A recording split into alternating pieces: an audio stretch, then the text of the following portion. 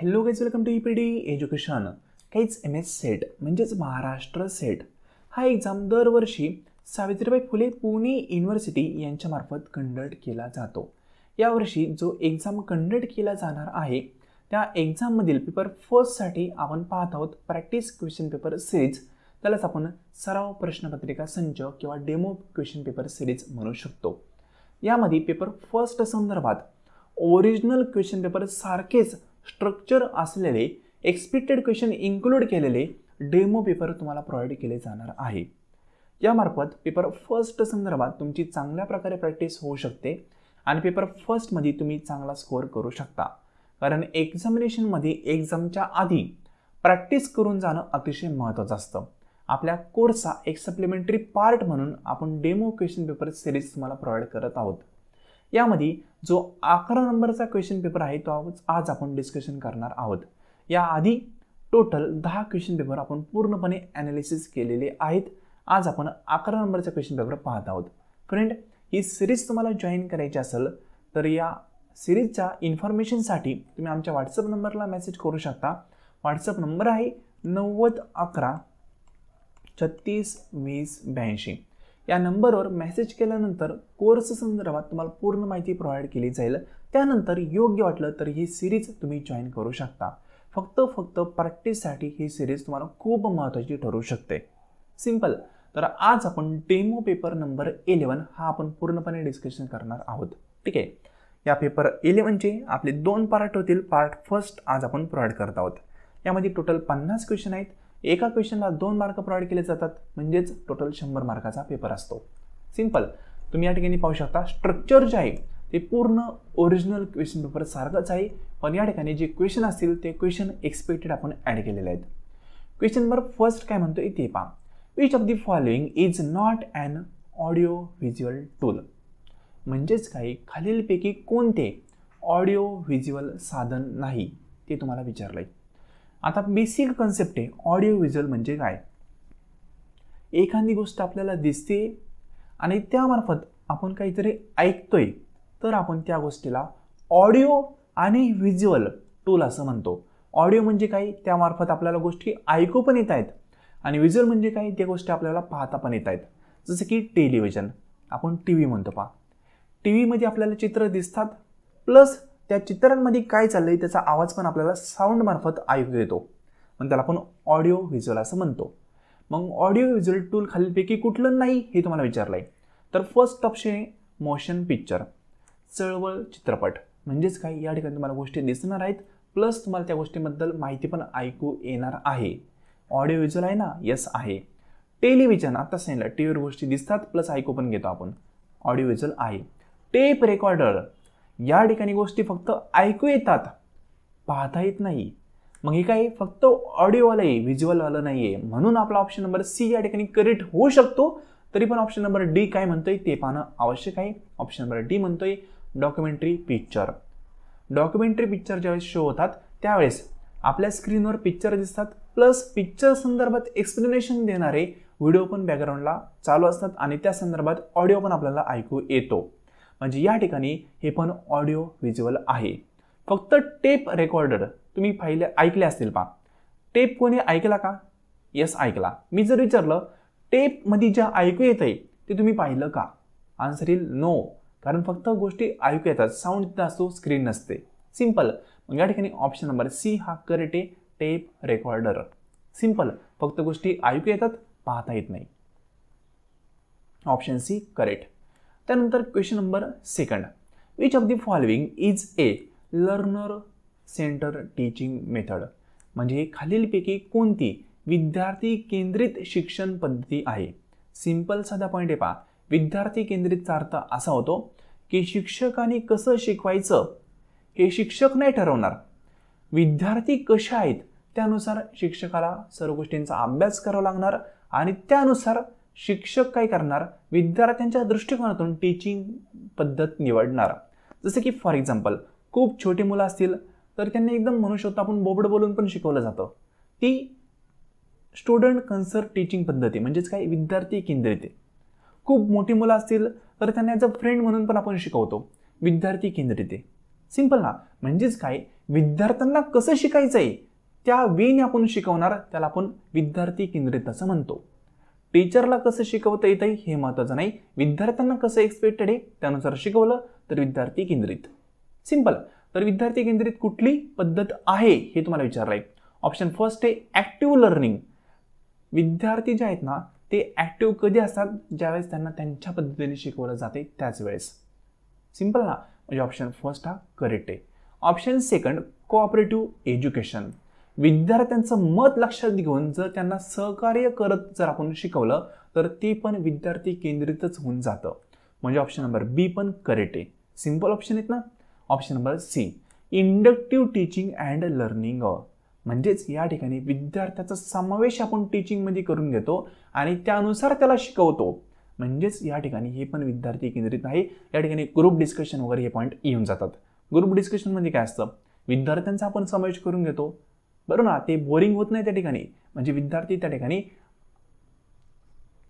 गोष्टी शिकण्यासाठी एक्साइटेड असतात. मग हे पण विद्यार्थी केंद्रित होऊन जातं. अल्टिमेट पाहिलं तर तिन्ही पण ऑप्शन करेक्ट आहे. आपला वेल नोन ऑप्शन दिलेला आहे बा ऑल ऑफ दी अबो. म्हणून या ठिकाणी ऑप्शन नंबर डी हा करेक्ट होईल, ऑल ऑफ दी अबो. त्यानंतर question number 3, which of the following is a lowest level of teaching. म्हणजे अध्यापनाचे सर्वात प्रथम स्तर कुठला. सर्वांना माहिती आहे पहिला जो स्तर असतो तो असतो मेमरी. यावर क्वेश्चन येतोच बरं का, हा खूप महत्त्वाचा पॉईंट आहे. एक्झामला क्वेश्चन आल्याशिवाय पेपरच छापला जात नाही. हा जो पॉईंट आहे ना लेवल ऑफ टीचिंग, हा प्रॉपर वेने करूनच जा. एक्झामला क्वेश्चन येतो म्हणजे येतो. ठीक आहे. पहिली लेवल असते मेमरी, सेकंड असते अंडरस्टँडिंग, थर्ड असते रिफ्लेक्टिव्ह आणि फोर्थ नंबरची ॲडिशनल लेवल जी असते ती असते ऑटोनॉमस. लोएस्ट लेवल कुठली आहे, मेमरी. ऑप्शन नंबर काय, सी हा करेक्ट आहे. या संदर्भात ऑलरेडी खूप वेळा मी एक्सप्लेनेशन दिलेलं आहे, म्हणून पुन्हा काय एक्सप्लेनेशन देत नाही. आय होप प्रिव्हियस व्हिडिओ आहेत ते तुम्ही माझे पाहिले असतील. ठीक आहे. सर्व लेवल तुम्हाला प्रॉपर वेने खूप साऱ्या क्वेश्चनमध्ये आणि आपल्या कोर्समध्ये अंडर दी कन्सेप्ट प्रॉपर वेने आपण डिस्कशन केलेले आहेत. लोवेस्ट म्हणलं तर मेमरी, हायेस्ट म्हणलं तर रिफ्लेक्टिव्ह आणि ॲडिशनल लेवल म्हणलं तर ऑटोनॉमस. सिंपल, हे लक्षात ठेवायचं. त्यानंतर 4 नंबरचा question, understanding level of teaching is associated with which psychologist. म्हणजे कुठले मानसशास्त्र ज्ञानी होते की ज्यांनी अंडरस्टँडिंग लेवल ही फाइंड आउट केली. तर तुम्हाला सांगितलं तर पहा, मेमरी असते, नंतर अंडरस्टँडिंग असते, अंडरस्टँडिंग नंतर कोणते असते, रिफ्लेक्टिव्ह असते, मध्ये कुठली अंडरस्टँडिंग. आणि अंडरस्टँडिंग मध्ये म्हणजेच काय, मिडलवाला आहे. मिडल म्हणजेच कोण, मॅरेथॉन. ठीक आहे. एम फॉर मिडल असं सांगितलं होतं आणि एम फॉर मॅरेथॉन. ठीक आहे. ऑप्शन नंबर सी हा करेक्ट आहे. असं काहीतरी ट्रिक लावून लक्षात ठेवलं तर लक्षात राहतं. अंडरस्टँडिंग मध्ये होती ना, मध्ये म्हणजे मिडल आणि मिडल म्हणजे मॅरेथॉन असं लक्षात ठेवायला सांगितलं होतं कोर्समध्ये आपल्या. म्हणून option number C correct, marathon. I hope कळायला असेल. ठीक आहे. प्रॉपरली लक्षात ठेवा, सिंपल गोष्ट आहेत. आणि हा क्वेश्चन माझ्यामध्ये एक्झामला येऊन गेलेला आहे. सिंपल. त्यानंतर 5 नंबरचा question, which of the following is a characteristics of a teacher centre method. म्हणजेच काय, शिक्षक केंद्रित पद्धतीची वैशिष्ट्ये कोणत्या आहे ते विचारलंय. आता शिक्षक केंद्रित आहे पहा. सगळ्यात पहिला जो क्वेश्चन पाहिला आपण तो स्टुडंट सेंट्रिक होता, म्हणजे विद्यार्थ्याला केंद्रित केलं होतं. या ठिकाणी शिक्षकाला फोकस केलाय. मग ही कन्सेप्ट काय सांगते, या ठिकाणी विद्यार्थ्याला कसं शिकायचं आहे याचा विचार नाही केला जात. टीचरला कसं शिकवता येते ना त्या पद्धतीने टीचर शिकवतात. विद्यार्थ्याला कळू नाही कळू त्यांना काही घेणं नसतं. जसं की तुम्ही कॉलेजमध्ये शिकलेले आहात, ती कोणती होतं, लेक्चर पद्धत होती, बरोबर ना. कॉलेजमध्ये शिकलेली गोष्ट, टीचर यायचे शिकवून जायचे, तुम्हाला कळतंय नाही कळतंय त्यांना काही घेणं देणं नव्हतं. Teacher centric. कळालं. बालवाडीला शिकले, स्टुडंट सेंट्रिक होते. अंगणवाडीच्या ज्या मॅडम असतील त्या मॅडम जोपर्यंत तुम्हाला शिकता येत नाहीये तोपर्यंत तुम्हाला गोष्टी वाजून वाजून डबल टिबल सांगत होत्या. ती तुम्हाला फोकस करून शिकवत होत्या, बरोबर ना. मग या ठिकाणी कॉलेज लेवलला तसं नसतं पहा. कॉलेज लेवलला तुम्हाला कळू नाही कळू टीचरला घेणं देणं नाही, ते येणार शिकवणार जाणार. Simple point. मग या ठिकाणी टीचर सेंट्रिक म्हणजे काय, टीचर त्यांच्या पद्धतीने शिकवतात. विद्यार्थ्याचा जास्त विचार केला जात नाही. विद्यार्थ्याला कुठल्या पद्धतीने शिकायचं आहे हे फोकस केलं जात नाही. नॉर्मली एक फीचर लक्षात ठेवा, जी लहान मुलं असतात, ठीक आहे, चाइल्डहुड म्हणतो आपण, तर त्यांना स्टुडंट सेंट्रिक पद्धतीने शिकवलं जातं, विद्यार्थी केंद्रित पद्धतीने शिकवलं जातं लहान मुलांना.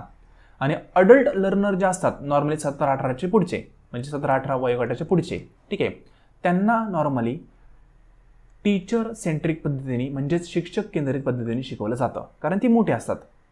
सिंपल. लहान मुलांना विद्यार्थी केंद्रित पद्धतीने असतं आणि अडल्टला शिक्षक केंद्रित पद्धतीने असतं, हे लक्षात ठेवा. साधी सोपी ट्रिक आहे. आल्या ठिकाणी ऑप्शन नंबर फर्स्ट काय म्हणते पहा, active participation by student. Active participation स्टुडंटचंही विद्यार्थी केंद्रित आहे, हे ऑप्शन आपलं येणार नाही. इथं टीचर सेंट्रिक म्हणजे शिक्षक केंद्रित विचारलं आहे. Option number B, emphasis on student autonomy म्हणजेच काय, विद्यार्थ्यांची स्वायत्तता. विद्यार्थ्यांची स्वायत्तता म्हणजे काय, विद्यार्थ्याला वाटेल तसे विद्यार्थी शिकवू शकतो. मात्र विद्यार्थ्याला वाटेल तसं विद्यार्थी शिकायचा प्रयत्न करत असेल तर त्या ठिकाणी विद्यार्थ्यावर केंद्रित आपण शिकवलं पाहिजे. इथं काय, टीचर सेंट्रिक आहे, टीचरला वाटेल तसं टीचर शिकवणार आहेत, विद्यार्थ्याचा काही समावेशच नाही. ऑप्शन नंबर बी पण कट होईल. Option number C, one way communication from teacher to student म्हणजेच काय, शिक्षकांकडून एकतर्फी संवाद. आत्ता सांगितलं लेक्चर पद्धत, टीचर आले, शिकवलं, गेले, तुम्हाला काय कळलं नाही कळलं घेणं देणं आहे का, नाही आहे. म्हणजेच काय, वन वे कम्युनिकेशन आहे. टीचर स्पीडनी लेक्चर घ्यायला लागले, डेस्कवर उभा राहिल्यानंतर पुन्हा वापस गेले. तुम्ही मागं फोनमध्ये बोटं घालत होते का एखाद्यासोबत फोनवर बोलत होते, टीचरनी पाहिलं पण नाही. वन वे कम्युनिकेशन होतं, बरोबर ना. म्हणजेच काय, टीचर येतात, त्यांची ड्युटी करतात, निघून जातात. हे जर असेल ना तर ते टीचर सेंटर असतं. ऑप्शन नंबर सी करेक्ट आहे. इथं स्टुडंटचा समावेशच नाही आहे. वन वे, टीचरला वाटेल ते टीचर बोलून गेले, स्टुडंटला समजलंय नाही समजलंय घेणं देणं नाही.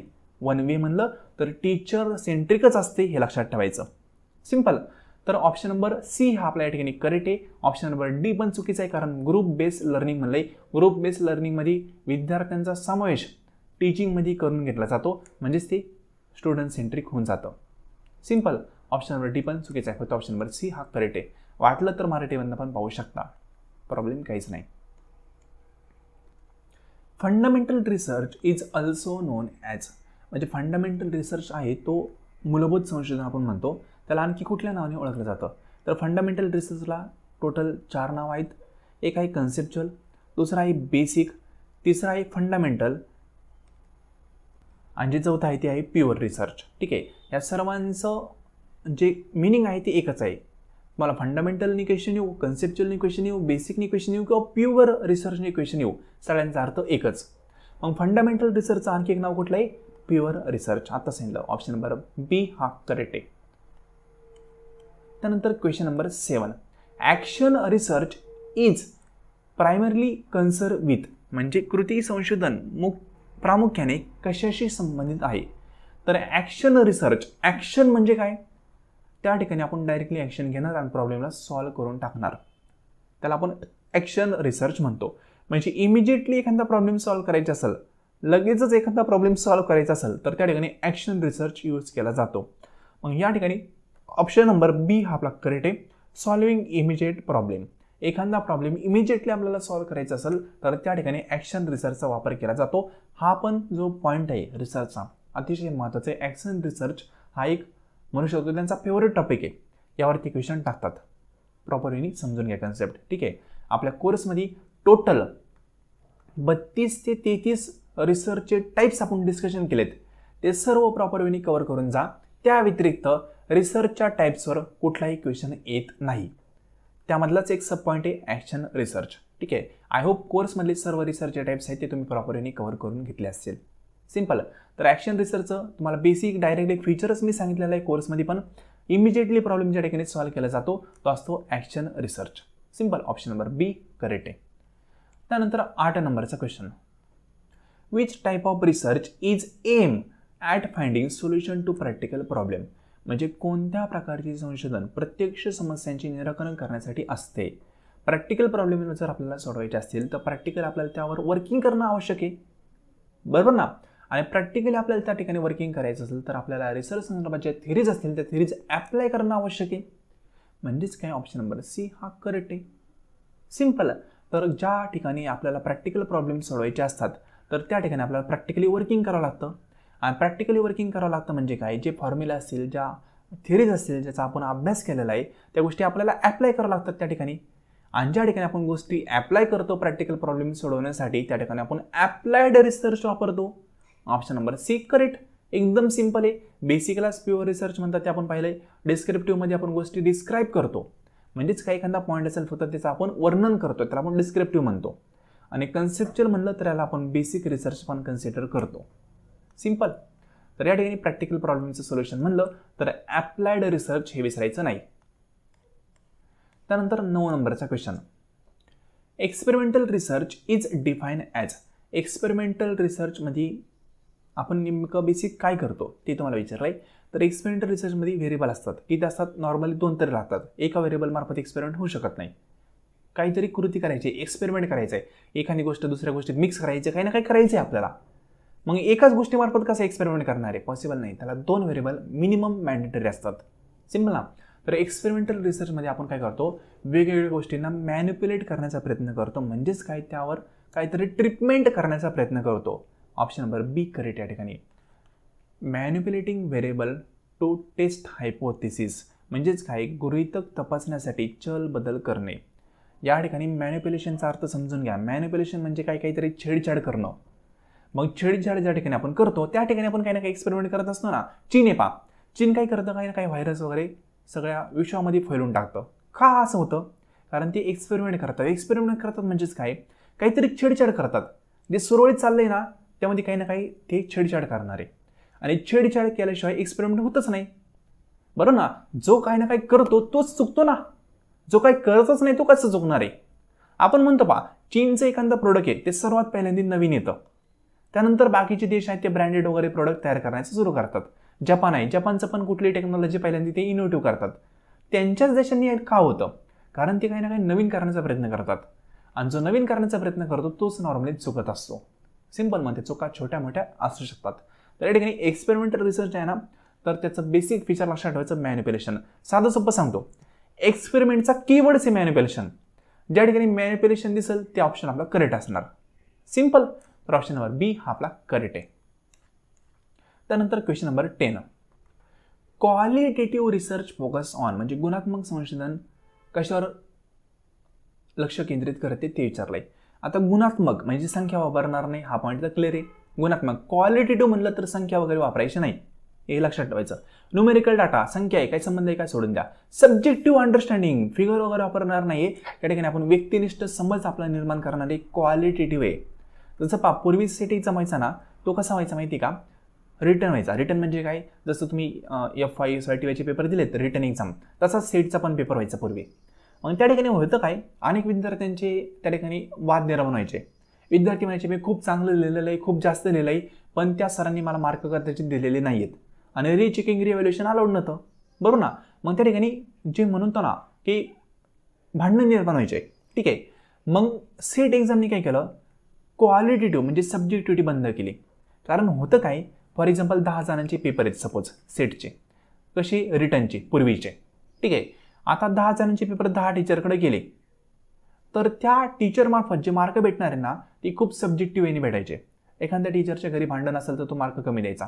किंवा साधं एक्झाम्पल सांगतो पा, एकच पेपर आहे त्याच्या आपण 10 प्रिंट केल्या, एकाच पेपरच्या काही सोडवलेल्या पेपरच्या 10 प्रिंट केल्या, रिटर्नच्या म्हणते आम्ही, किंवा तुमचं FY SYचा कुठलाही पेपर असेल त्याच्या जर 10 तुम्ही प्रिंट केल्या आणि त्या प्रिंट करून तुम्ही 10 टीचरकडे दिल्या, वेगवेगळ्या 10 सब्जेक्ट टीचर आहेत, खूप एक्सपर्ट आहेत, त्यांच्याकडे दिल्या.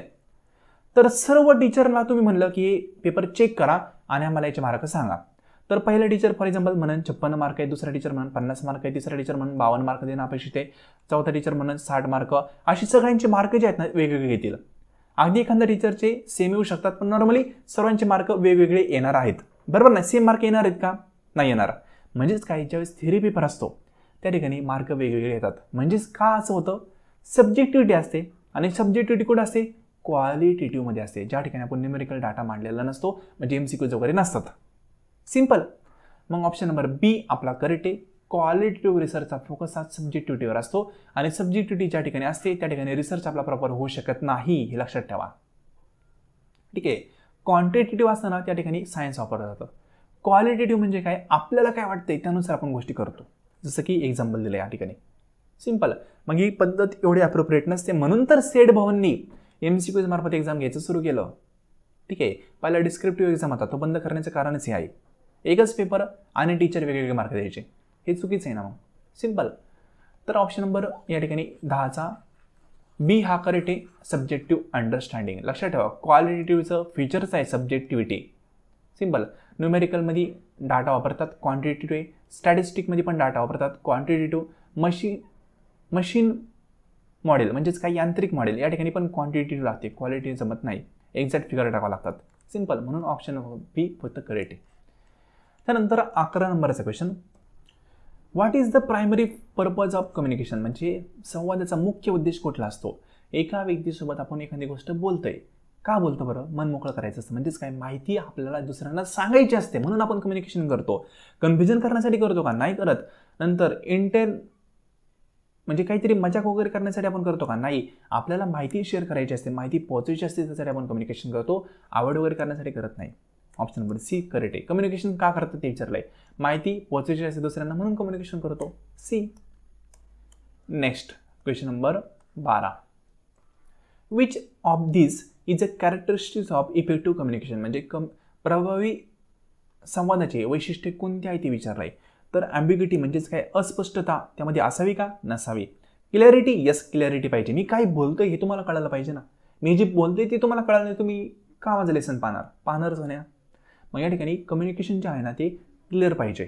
सिम्पल. ॲम्बिग्युटी असेल, अस्पष्टता असेल तर पाहणार नाही, हे कॅरेक्टरिस्टिक्स नाही आहे. नॉईज पण कॅरेक्टरिस्टिक्स नाही आहे. डिले म्हणजे काय, विलंब, हे पण कॅरेक्टरिस्टिक्स नाही आहे. क्लॅरिटी, कम्युनिकेशनमध्ये क्लॅरिटी असणं आवश्यक आहे. ऑप्शन नंबर बी हा करेक्ट आहे. क्वेश्चन नंबर 11 जो आहे ना, क्वेश्चन पेपर नंबर 11 त्यामध्ये आपण बेसिक क्वेश्चन ॲड केलेले आहेत. 10 पर्यंत थोडेसे डिफिकल्ट क्वेश्चन आपण ॲड केले. ठीक आहे, थोडा कॉन्फिडन्स तुमचा वाढावा त्या अनुषंगाने या क्वेश्चन पेपरमध्ये थोडेसे इझी क्वेश्चन आपण ॲड केलेत. पण आय होप तुम्हाला प्रॅक्टिस चांगली होत असेल. Which of the following is an example of written communication, म्हणजे लेखी संवादाचे उदाहरण कोणते. फोनवर बोलतो लेखी नसतं काही, ईमेल लेखीच असतो, मेल कधी व्हॉइस असतो का, आपण नॉर्मली लेखीच पाठवतो ना, व्हॉइस असू शकतो नाही असं नाही, पण नॉर्मली मेल हा 99% लेखीच असतो. लेखी संवादाचं उदाहरण ऑप्शन नंबर बी हे करेक्ट आहे. फेशियल एक्सप्रेशन लेखी नाही आहे, नॉन व्हर्बल आहे. गेस्चर पण नॉन व्हर्बल आहे. फोन कॉल व्हर्बल आहे पण लेखी नाही आहे, रिटन नाही आहे. ठीक आहे, ओरल आहे फक्त. मग ऑप्शन नंबर फक्त बी करेक्ट आहे, ईमेल. त्यानंतर question number 14, which of the following is an psychological barrier to effective communication, म्हणजेच काय, कम्युनिकेशन करताना मानसिक अडथळा कोणता आहे ते तुम्हाला विचारलंय. मानसिक अडथळा म्हणजे काय, तर त्याचं डोकं चित्ते जागेवर नसतं. एखादी गोष्ट आपण त्याला सांगतोय पण त्याचं ऐकायचं नसतं. जसं की टीचर वर्गामध्ये शिकवतात पण काही विद्यार्थी असे असतात की त्यांचं लक्ष कुठं असतं त्यांनाच कळत नाही. टीचर फार घसा ओढू शिकवतात पण त्या विद्यार्थ्यांना काहीच कळत नाही, ते म्हणतात काय मी ऐकलंच नाही. बरोबर ना. म्हणजे तुम्ही बिन ज्यावेळेस शिक्षक होताल त्यावेळेस तुम्ही खूप फोकसनी खूप कॉन्सन्ट्रेशननी विद्यार्थ्यांना शिकवण्याचा प्रयत्न करताल. पण काही विद्यार्थी असे असतात जे मध्येच असतात, मध्येच त्यांचं काही ना काही चाललेलं असतं, मग त्यांचं लक्षच नसतं, ते मेंटली बाहेरच असतात कुठं कुठं. ठीक आहे, ग्राउंडर असतात मेंटली किंवा काय जेवण केलं असेल याच्याकडे असतं त्यांचं लक्ष, म्हणजे मानसिकरित्या ते त्या ठिकाणी नसतात. मग कम्युनिकेशनचं सायकोलॉजिकल बॅरियर म्हणजे माइंडशी निगडीत बॅरियर कुठला आहे ते विचारलंय. नॉईज हे माइंडशी निगडीत नाही. पुअर लाइटिंग हे फिजिकल आहे, नॉईज पण फिजिकल आहे. इमोशनल इन्स्टॅबिलिटी म्हणजेच काय, भावनिकरित्या तो स्थिर नाही आहे. जसं की एखादा खूप व्यक्ती रडत असेल मोठ्याने आणि तुम्ही त्याला सांगितलं की मी 10वीमध्ये 99 मार्क मिळवले, तरी तो जास्त काही खुश होणार नाही, कारण तो मेंटली डिसेबल आहे, मेंटली तो इन्स्टॅबल आहे. ठीक आहे, मानसिकरित्या जर तो परिपक्व नसेल तर ते सायकोलॉजिकल बॅरियर कन्सिडर केलं जातं. ऑप्शन नंबर सी हा करेक्ट आहे. फॉल्टी ग्रॅमर हे लँग्वेजचं बॅरियर आहे, नॉईज हे फिजिकल बॅरियर आहे, पुअर लाइटिंग हे पण फिजिकल बॅरियर आहे. ठीक आहे, बॅरियरचेच टाईप आहे ते सर्व, पण त्यांनी विचारलंय की सायकोलॉजिकल कोणतं आहे, तर सायकोलॉजिकल ऑप्शन नंबर सी आहे. सिंपल. त्यानंतर question number 15, semantic barrier are related to, म्हणजेच काय, भाषिक अडथळा म्हणजे काय. तर लक्षात ठेवा, भाषिक अडथळा किंवा सिमेंटिक बॅरियर हे कशाशी निगडीत असतात, लँग्वेज संदर्भात, इमोशन संदर्भात सायकोलॉजिकल असतं. आताच पाहिलं फिजिकल डिस्टन्स हे डायरेक्ट दिलंय, सोशल स्टेटस हे कल्चरल बॅरियर आहे. ठीक आहे, कल्चर संदर्भात असतं. सिमेंटिक म्हणलं तर लँग्वेजचं बॅरियर लक्षात ठेवायचं. लँग्वेज किंवा मिनिंग म्हणजे एखादी गोष्ट मी तुम्हाला सांगते पण तुम्ही त्याचा वेगळाच अर्थ काढताय तर ते लँग्वेजचं बॅरियर आहे, सिमेंटिक बॅरियर आपण त्याला म्हणतो. किंवा फॉर एक्झाम्पल एक फ्रेंड आहे, तो फ्रेंड म्हणला अरे माझा फोन हरवला. ठीक आहे, मग तुम्ही त्याचा अर्थ काय काढला, खूप दुःख झालं तुम्हाला, अरे कसं काय हरवला असं तसं. ठीक आहे, तुम्ही सुरू झाले, पण तो फोन हरवला हे तुम्हाला सांगतोय कसं, खुशी होऊन सांगतोय की त्याला आनंद झाला, माझा फोन हरवला मला नवीन भेटलं. म्हणजे त्यात सांगण्याचा हेतू वेगळा होता पण तुम्ही त्याचा अर्थ वेगळाच काढला, तुम्हाला दुःख झालं पण त्याला आनंद झाला हरवला म्हणून. सिंपल. या ठिकाणी लँग्वेजचा जो बॅरियर असेल किंवा मिनिंग त्यांनी चुकीचं काढलं तर त्या ठिकाणी सिमेंटिक बॅरियर असतं, किंवा एखादा शब्द आहे तो तुम्ही प्रॉपर वाचला नाही ते पण सिमेंटिक बॅरियर होऊ शकतं, तुम्हाला प्रॉपर वाचता आलं नाही, सिमेंटिक बॅरियर आहे. ठीक आहे, ऑप्शन नंबर बी हा करेक्ट आहे. अनेक विद्यार्थी इंग्लिशमधनं वाचत असतात, त्यांना प्रॉपरली इंग्लिश शब्दांचा अर्थच कळत नाही. ठीक आहे, काय करायचं हे कळत नाही, त्या ठिकाणी ते बॅरियर जे असतं ना ते लँग्वेजचं बॅरियर असतं, म्हणजे सिमेंटिक बॅरियर असतं. ऑप्शन नंबर बी हा करेक्ट आहे. की एवढे लक्षात ठेवा, सिमेंटिक बॅरियर रिलेटेड विथ भाषा किंवा अर्थ, म्हणजेच काय लँग्वेज किंवा मिनिंग. सिंपल, त्याला भाषिक अर्थ शब्द जेव्हा भाषिक. सिंपल. नंबरचा क्वेश्चन काय म्हणतोय हे पहा. The process by which conclusion is arrived at on the basis of other preposition is term as. म्हणजे इतर जे प्रस्ताव आहेत त्या प्रस्तावांच्या आधारावर आपण काहीतरी निष्कर्ष काढतो, त्या प्रक्रियेला काय म्हणतात हे तुम्हाला विचारलंय. सिंपल आहे, एक एक्झाम्पल सांगतो. एक XYZ हा व्यक्ती आहे, तो म्हणला की मी रात्री जेवण करत नाही. ठीक आहे, हे पहा बरं का, XYZ व्यक्ती आहे, तो म्हणला की मी रात्री जेवण करत नाही, पण तुम्ही त्याच्याकडे पाहिलं तर त्याचं वजन आहे 106 किलो. आता पॉईंट पहा, तो म्हणतोय मी रात्री जेवण करत नाही, त्याचं वजन 106 किलो. मग तुम्ही काय इन्फरन्स काढणार की हा दिवसभर पोटभर खात असलं, बरोबर ना. म्हणजेच या ठिकाणी एका नॉलेजच्या बेसवर आपण ज्यावेळेस काहीतरी कन्क्लुजन काढतो त्यावेळेस आपण त्याला इन्फरन्स असं म्हणतो. ऑप्शन नंबर बी हा आपला करेक्ट आहे. सिंपल, लक्षात ठेवा, एक नॉलेज असतं आपल्याकडं की हा हा व्यक्ती जेवण करत नाही रात्रीचं, हे नॉलेज आपल्याला भेटलं, त्याच्या बेसवर तुम्ही कन्क्लुजन काढलं की हा रात्री जेवत नाही म्हणजेच दिवसभर जेवत असेल. सिंपल, हे जे काढलं ना कन्क्लुजन त्याला आपण इन्फरन्स असं म्हणतो, म्हणून ऑप्शन नंबर बी हा करेक्ट आहे. म्हणजे काय, या ठिकाणी आपल्याला वेगवेगळे प्रपोजिशन म्हणजेच प्रस्ताव दिलेले असतात, त्यांच्या बेसवर आपण काय करतो, निष्कर्ष काढतो. Option B correct. Simple question. त्यानंतर 17 number. Deduction and induction are two main forms of. म्हणजे निगमनात्मक किंवा आगमनात्मक हे जे टाईप आहेत ते कशाचे टाईप आहेत, तर बेसिक आहे रिझनिंगचे आहेत. आपल्याला माहिती आहे डिडक्शन, ठीक आहे, इंडक्शन रिझनिंगमध्ये आहे. Option number B correct, option number C correct. त्यानंतर next, a reasoning where we start with certain particular statement and conclude with universal statement is called. म्हणजे अशा प्रकारचे एक रिझनिंग की त्या ठिकाणी आपण काय करतो, तर्क सुरू करतो, पण एका विशिष्ट विधानाने तर्क सुरू करतो आणि त्याचा शेवट, त्याची समाप्ती सार्वत्रिक विधानाने समाप्त करतो. असं रिझनिंग कुठलं, म्हणजे स्पेसिफिक टू जनरल हे जे रिझनिंग आहे हे कुठल्या प्रकारचं असतं, आपल्या सर्वांना माहिती आहे इंडक्टिव्ह रिझनिंग असतं. सिंपल ना. इंडक्टिव्ह रिझनिंगमध्ये काय असतं, आपला प्रवास हा स्पेसिफिक टू जनरल असतो, म्हणजे एका स्पेसिफिक पॉईंटवरून आपण जनरल पॉईंटपर्यंत जाण्याचा प्रयत्न करतो. जसं की न्यूटनचं उदाहरण तुम्हाला सांगितलेलं आहे. न्यूटन यांनी काय पाहिलं की सफरचंद झाडावरून खाली पडलं, मग त्यांनी असं एक स्पेसिफिक गोष्ट पाहिली की सफरचंद झाडावरून खाली पडलं, ही स्पेसिफिक गोष्ट आहे, बरोबर ना. त्याच्या आधारावर त्यांनी सांगितलं की पृथ्वीवर तुम्ही कुठेही कुठली गोष्ट फेका ती खालीच पडणार आहे, युनिव्हर्सल, बरोबर ना. म्हणजे स्पेसिफिक टू जनरल प्रवास होता, त्याला आपण इंडक्टिव्ह रिझनिंग असं म्हणतो. सिंपल. जसं की आत्ता एक्झाम्पल सांगितलं, न्यूटनचं जे सफरचंद आहे ते खाली पडलेलं पाहिलं त्यांनी, मग त्याच्या आधारावर ते म्हणले की जगामध्ये किंवा पृथ्वीवर तुम्ही कुठलीही गोष्ट फेकली तर ती खालीच पडते, वरती गेल्यानंतर पुन्हा खाली येते, त्याला आपण काय म्हणतो, इंडक्टिव्ह रिझनिंग. सिंपल. डिडक्टिव्ह त्याच्या ऑपोजिट असतं. डिडक्टिव्ह कसं असतं, जनरल टू स्पेसिफिक असतं, आणि इंडक्टिव्ह कसं असतं, स्पेसिफिक टू जनरल असतं. हे लक्षात ठेवा. सिंपल. इथं म्हणलंय पहा, एका सर्टन पर्टिक्युलर स्टेटमेंटपासून आपण सुरू करतो आणि युनिव्हर्सल स्टेटमेंटपर्यंत संपवतो. म्हणजेच काय, स्पेसिफिक पासून सुरू करतो आणि युनिव्हर्सल पर्यंत संपवतो, म्हणजे जनरल पर्यंत संपवतो. Option number B correct, inductive. Next. आता 19 नंबरचा question. Inductive arguments are properly characterize as. म्हणजे इंडक्टिव्ह जे आर्ग्युमेंट असतात ते कशा प्रकारे क्लासिफाय केले जातात, तर ते स्ट्रॉंग आणि वीक या दोन प्रकारामध्ये क्लासिफाय केले जातात. याची एक पूर्णपणे म्हणू शकतो चार्ट आहे, तो चार्ट मी तुम्हाला शो केलेला आहे. त्या चार्टमध्ये तुम्ही आय होप हा पॉईंट पाहिला असेल. इंडक्टिव्हचं क्लासिफिकेशन कसं होतं, स्ट्रॉंग आणि वीकमध्ये होतं. तुम्ही लॉजिकल रिझनिंगचं आपले जे स्लाइड आहे ती पहा किंवा लेक्चर पहा, ठीक आहे, आपल्या कोर्समध्ये मी प्रोव्हाइड केलेलं आहे, त्यामार्फत ही कन्सेप्ट तुमची क्लिअर होऊन जाईल. डेफिनेटली क्लिअर होईल 100%. ठीक आहे. नेक्स्ट आहे 20 नंबरचा question. A fallacy is a. म्हणजे भ्रम काय असतो, भ्रम काय असतं, फॉल्स आर्ग्युमेंट असतं, चुकीचं असत्य युक्तिवाद असतो, तर आपण फॅलेसी म्हणतो. जसं की फॉर एक्झाम्पल, आपण आत्ता पाहिलं होतं पहा, XYZ व्यक्ती काय म्हणला, मी रात्री जेवण करत नाही. त्याच्या बेसवर तुम्ही कन्क्लुजन काय काढलं, आता या ठिकाणी फॅलेसीचा अर्थ सांगते बरं का. त्याच्या बेसवर तुम्ही असं कन्क्लुजन काढलं की XYZ व्यक्ती हा जेवतच नाही, तरी पण त्याचं 106 किलो वजन आहे, पण तो काय म्हणलाय, मी रात्री फक्त जेवत नाही. मग तुम्ही कन्क्लुजन काय काढायला पाहिजे होतं की हा रात्री जेवत नाही म्हणजे दिवसा जेवत असेल, असं तुम्ही कन्क्लुजन काढणं अपेक्षित होतं. पण तुम्ही कन्क्लुजन काय काढलं की XYZ व्यक्ती जेवतच नाही. म्हणजे पहा, जे प्रपोजिशन दिलंय त्याच्या बेसवर जे कन्क्लुजन तुम्ही काढलंय ना, ते रॉंग काढलंय. म्हणजेच काय, फॉल्स आर्ग्युमेंट त्या ठिकाणी असतात, त्याला आपण फॅलेसी असं म्हणतो. त्या ठिकाणी युक्तिवादच आपला चुकलेला असतो. Simple. Next 21 number, what does HTTP stand for. ठीक आहे, याचा फुल फॉर्म विचारलाय. सिंपल आहे, सर्वांना माहीत असेल, hyper text transfer protocol. Option number A हा करेक्ट आहे. Next question number 22, ISP stand for. म्हणजे ICT संदर्भात एक क्वेश्चन आहे. ISPचा अर्थ होतो इंटरनेट सर्व्हिस प्रोव्हायडर. ठीक आहे, ऑप्शन नंबर ए हा करेक्ट आहे. फुल फॉर्म शॉर्ट फॉर्म प्रॉपरली करून जा. त्यानंतर 23 नंबर, हू लॉन्च स्वयं. स्वयंला कोणी लॉन्च केलंय ते विचारलंय. म्हणजे स्वयं कोणी सुरू केलं.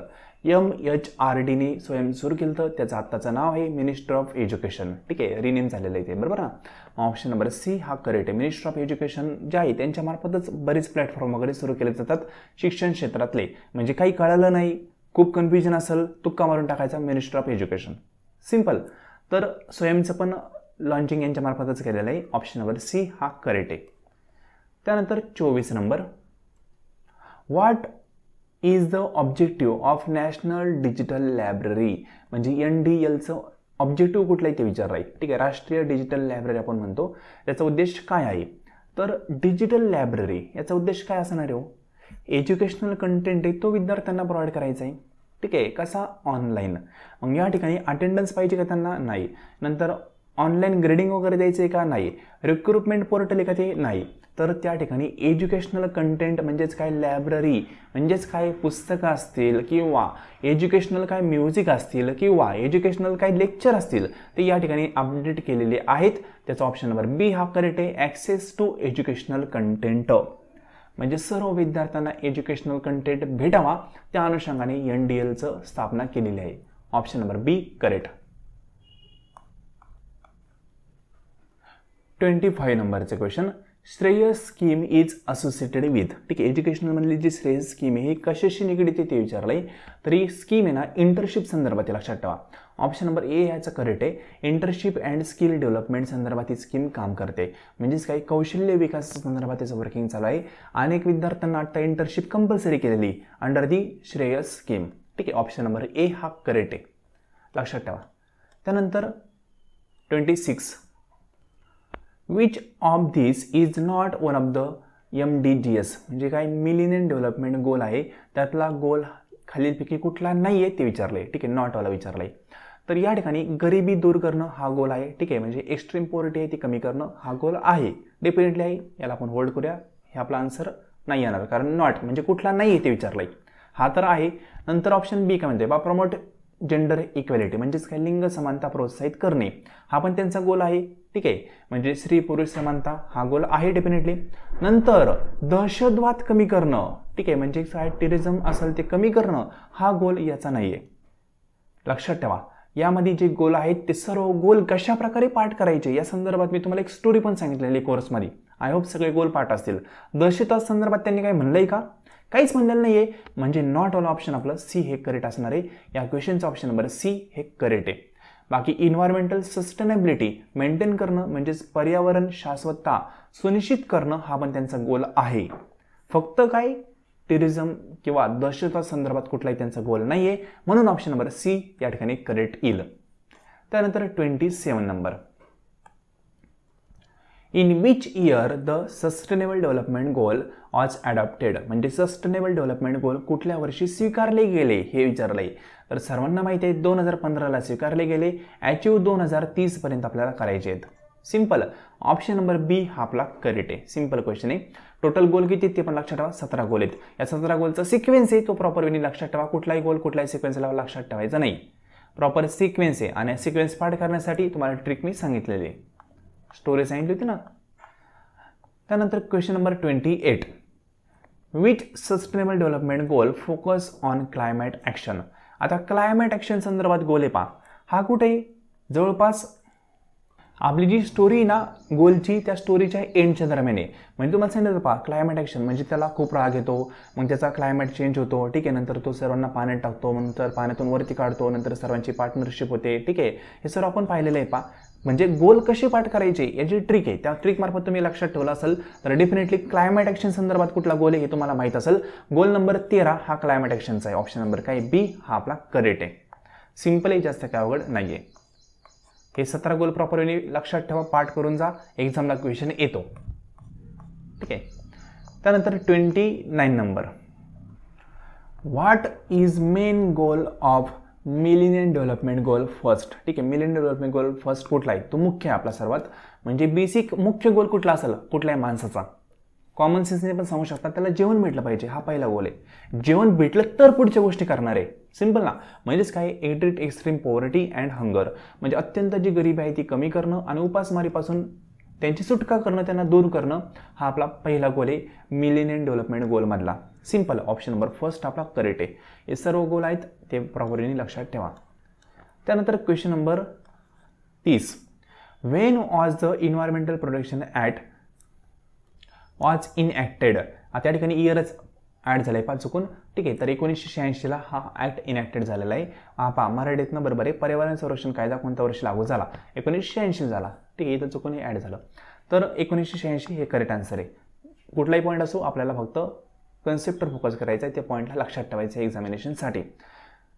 तर आज आपण 30पर्यंत क्वेश्चन डिस्कशन केलेत. बाकीचे रिमेनिंग 20 क्वेश्चन आहेत ते आपण पुढच्या लेसनमध्ये डिस्कशन करूया.